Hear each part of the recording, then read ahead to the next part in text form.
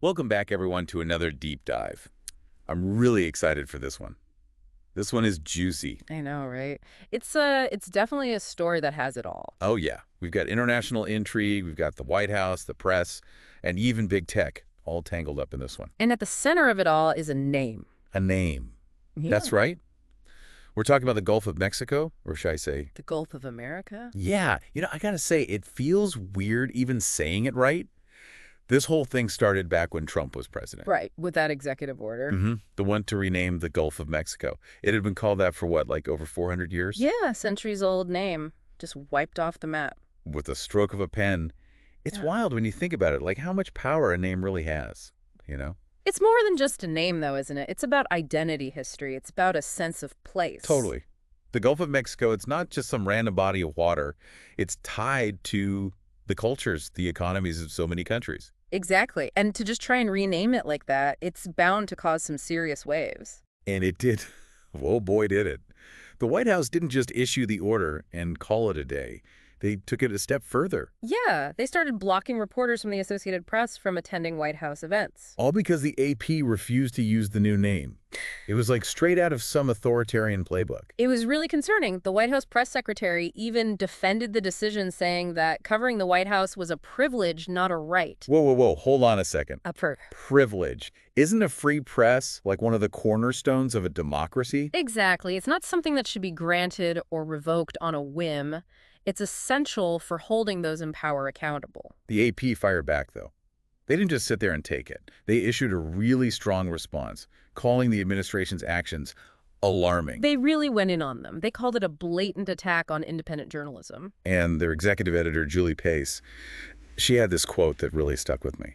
She said that limiting access based on content severely impedes the public's access to independent news. Powerful stuff. She also pointed out that it was a clear violation of the First Amendment. Yeah, freedom of the press. It's not just some abstract idea. It's about having sources of information you can trust. Sources that aren't afraid to challenge the status quo. Absolutely. We need journalists to be watchdogs, not lapdogs. And it wasn't just the AP that was upset. The White House Correspondents Association also condemned the White House's actions.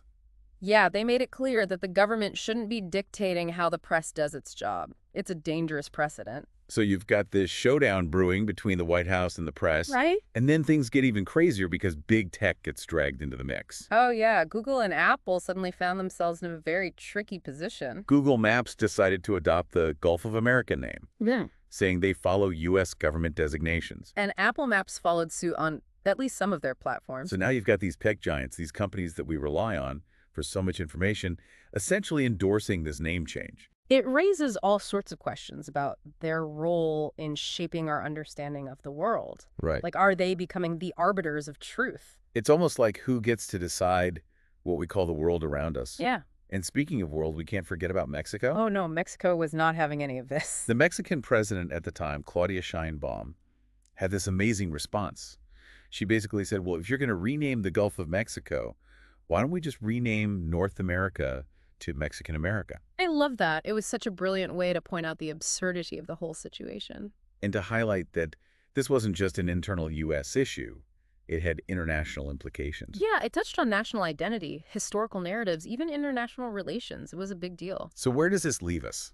What are the key takeaways from this whole saga? I think it shows us just how fragile truth can be in today's world, especially when you've got powerful forces trying to control the narrative. It also highlights the importance of a free press. Yes, a press that's willing to hold those in power accountable, even when it means facing consequences. And what about the role of big tech? I mean, they play such a huge role in how we access and consume information these days. It's a question we need to keep asking ourselves. What responsibility do they have in ensuring the accuracy of the information they're providing? It's a lot to think about, right? Yeah. But that's what these deep dives are all about.